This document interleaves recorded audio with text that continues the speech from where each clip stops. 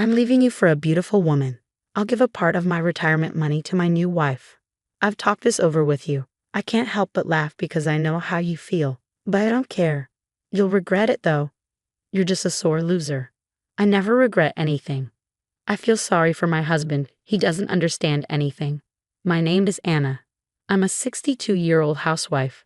I've been married to my husband Tom for almost 30 years. Our only son Sam is 28 and doing well in his job. Last year, he married a wonderful woman named Alina, and they're very happy together. With Sam grown up and Tom about to retire in a few months, we'll finally have time to relax together. I've been thinking about our past. Tom and I have had our arguments, but we've managed to stay together. I was wondering how we should handle Tom's retirement, but then Tom dropped a bombshell. He wants a divorce. He said this while we were eating. I thought I must have misunderstood, or maybe my hearing is failing. I asked him to repeat himself. He said he wants a divorce and that he's tired of me. I was shocked. I asked for an explanation, but he just told me to be quiet and pack up my things. He plans to leave in 3 months and wants me gone by then. I couldn't believe it was happening so suddenly. I tried to protest, but he wasn't interested. He handed me the divorce papers, which he had secretly kept in a drawer. I thought I'd spend the rest of my life with Tom, so his decision was a huge shock. I was left speechless. Tom said he doesn't love me anymore and doesn't want to live with me because he finds me old and unattractive. I was devastated by his harsh words. Even though I don't have romantic feelings for Tom anymore, I still care about him because we've been together for so long. How could he say something so cruel? As a housewife, I haven't worked outside the home, so I have no way to support myself if Tom leaves me. I'm stuck. Tom didn't seem to care. After finishing the divorce papers, he left them in front of me and went out. Tom has always been a bit distant. He never helped with chores or said kind things. But that was common in our generation. He used to tell me that when we got married, I would take care of the home and he would protect it. I had plans for retirement, like traveling with him, but now he wants a divorce. I felt abandoned and upset. Even if we do get divorced, I want to discuss it thoroughly and understand his reasons. Tom didn't come home that night, so I couldn't sleep.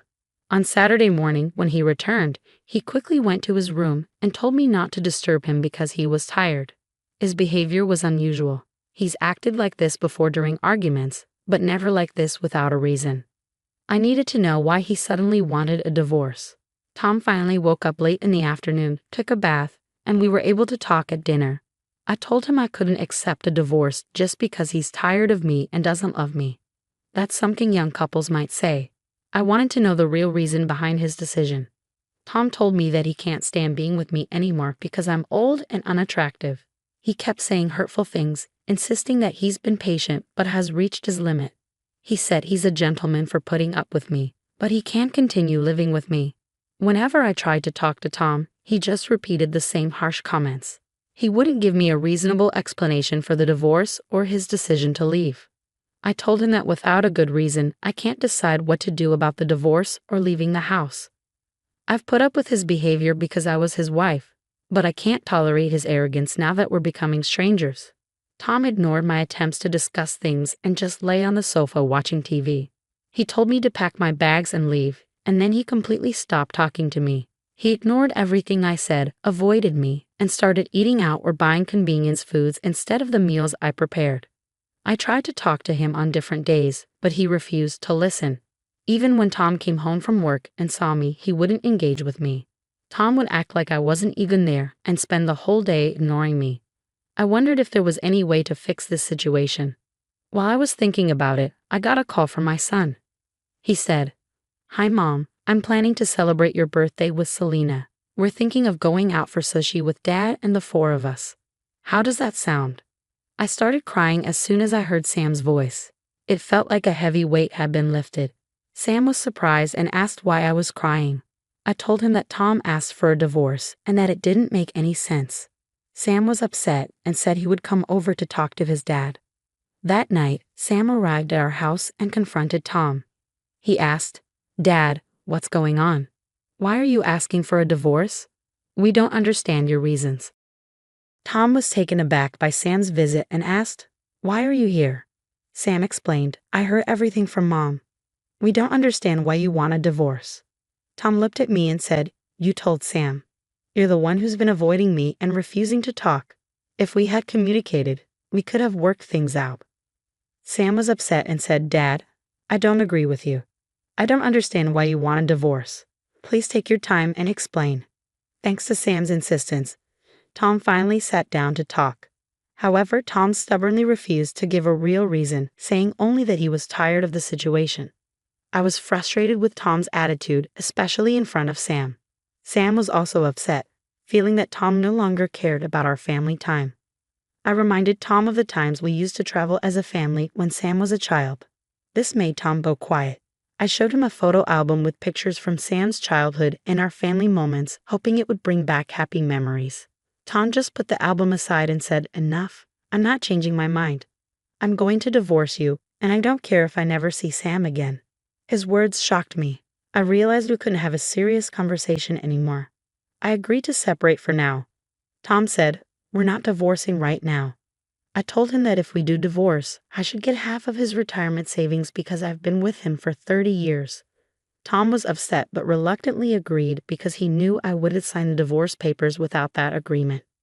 We separated, and Sam invited me to stay at his house. He said Lena had agreed to this because she couldn't manage on her own and that Tom would come to appreciate me once we were apart. I thanked Sam for his support.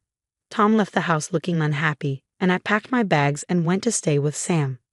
When I arrived at Sam's place, I apologized to Lena for any inconvenience, but she reassured me that it was no problem.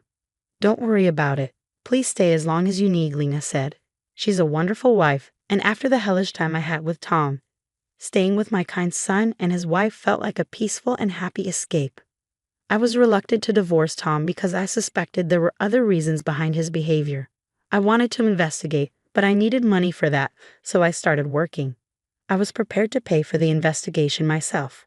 I didn't want to trouble my son with my problems. Plus, even after the divorce, it's better to have a job.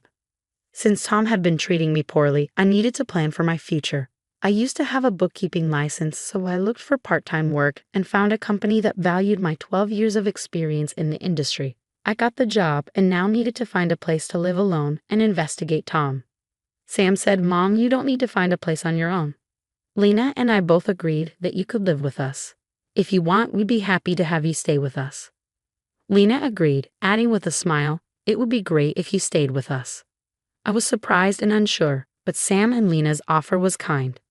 My son and his wife were happy to see me, and I was surprised to learn that Lena was pregnant. She had planned to tell me about the pregnancy on my birthday, but I was thrilled to hear the news early and excited about the arrival of my grandchild. Given this joyful news, I felt even more determined to end things with Tom quickly. I hired a detective agency to investigate, and I received the results within a week. I was concerned about how fast the investigation was completed, but the evidence was clear. Tom had been unfaithful. The investigation revealed that Tom had gone to a hotel with a young woman and had brought her to his house, where he stayed with her until morning. It seemed that the separation had caused him to lower his guard and engage in an affair. I confronted Tom with the evidence. He was surprised to see me and asked, "What are you doing here?" I told him I was ready for the divorce. His expression brightened, and he handed me the divorce papers with a smile. However, he added, "By the way, I'm not giving you half of my retirement savings. I expected this, knowing you probably intended to give the money to his young partner." Tom was initially shocked when I showed him the evidence of his affair. He tried to act defensively, saying he was leaving me for a younger, attractive woman and would be giving part of his retirement money to her. He added that he didn't care how I felt and believed I'd regret the divorce. He also claimed he never regretted anything and seemed indifferent to the situation. I felt sorry for Tom, as he clearly didn't understand anything. I finished filling out the divorce papers and handed them back to him. Tom continued to brag about his new partner, who liked older men and thought he was confident and attractive. Once the divorce was finalized, I began my revenge. I instructed my lawyer to demand half of Tom's retirement savings and alimony as part of the property division. I also sent a certified letter to Tom's workplace where he was about to retire. According to my lawyer, Tom was furious when his colleagues looked at him coldly due to my actions. His retirement celebration ended up being very low-key. Although Tom had resisted giving me a share of the retirement money, I made sure he would have to comply through the lawyer. I was prepared to go to court if necessary, but Tom eventually paid me the full amount of his retirement savings and compensation in a lump sum to settle the matter. However, Tom faced more trouble later on.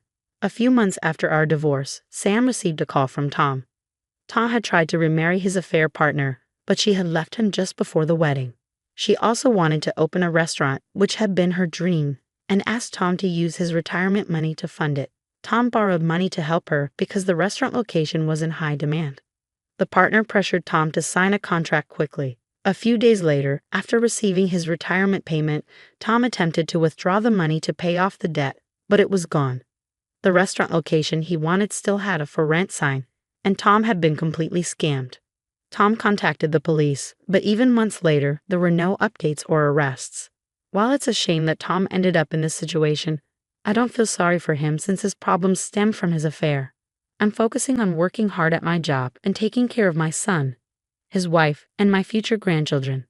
If Tom had not had the affair, he could have retired comfortably and enjoy his retirement years. Instead, his foolish choices led to his downfall.